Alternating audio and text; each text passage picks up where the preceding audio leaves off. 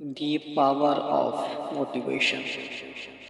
Motivation ایک ایسی طاقت ہے جو انسانی زندگی میں تبدیلی لاتی ہے اور مشکلات کے باوجود آگے بڑھنے کا جذبہ پیدا کرتی ہے۔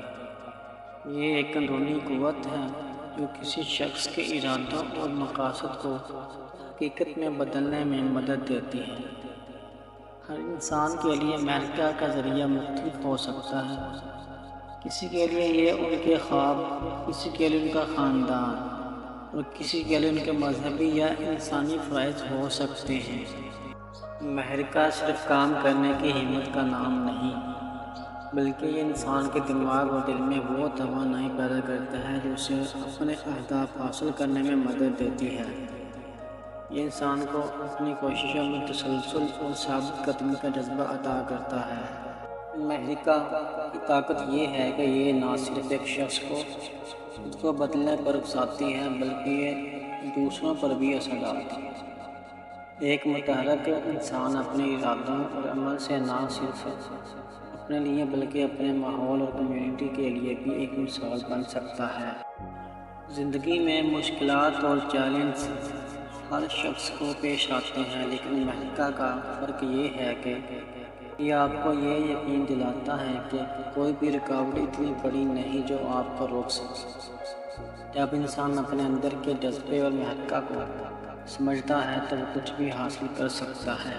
طاقت محرکہ کی گہرائی۔ محرکہ انسان کی زندگی میں ایک روشنی کی مانند ہے جو اندھیروں میں راستہ دکھاتی ہے۔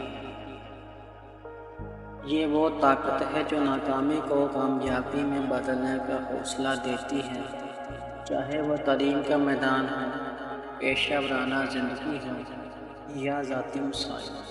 محرکہ وہ جذبہ ہے جو انسان کو مسلسل آگے بڑھنے پر مجبور کرتا ہے۔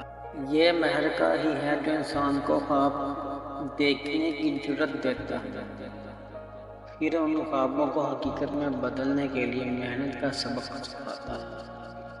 کامیاب لوگوں کی زندگی پر نظر ڈالیں تو آپ دیکھیں گے کہ ان کی کامیابی کے پیچھے ان کا مضبوط محرک ہے۔ یہ وہ قوت ہے جو لوگوں کو اپنے حالات کو بدلنے پر اکساتی ہے، خواہ وہ کتنے ہی مشکل کیوں نہ ہوں۔ محرکہ دو طرح کے ہوتے ہیں۔ اندرونی محرکہ یہ وہ جذبہ ہے جو انسان کے دل سے اٹھتا ہے، جیسے کچھ سیکھنے کی خواہش، خود کو بہتر بنانے کی جستجو یا اپنے خوابوں کی تکمیل کا جنون۔ بیرونی محرکہ یہ وہ قوت ہے جو باہر کے عوامل سے آتی ہے، جیسے انعام، تعریف یا معاشرتی قبولیت۔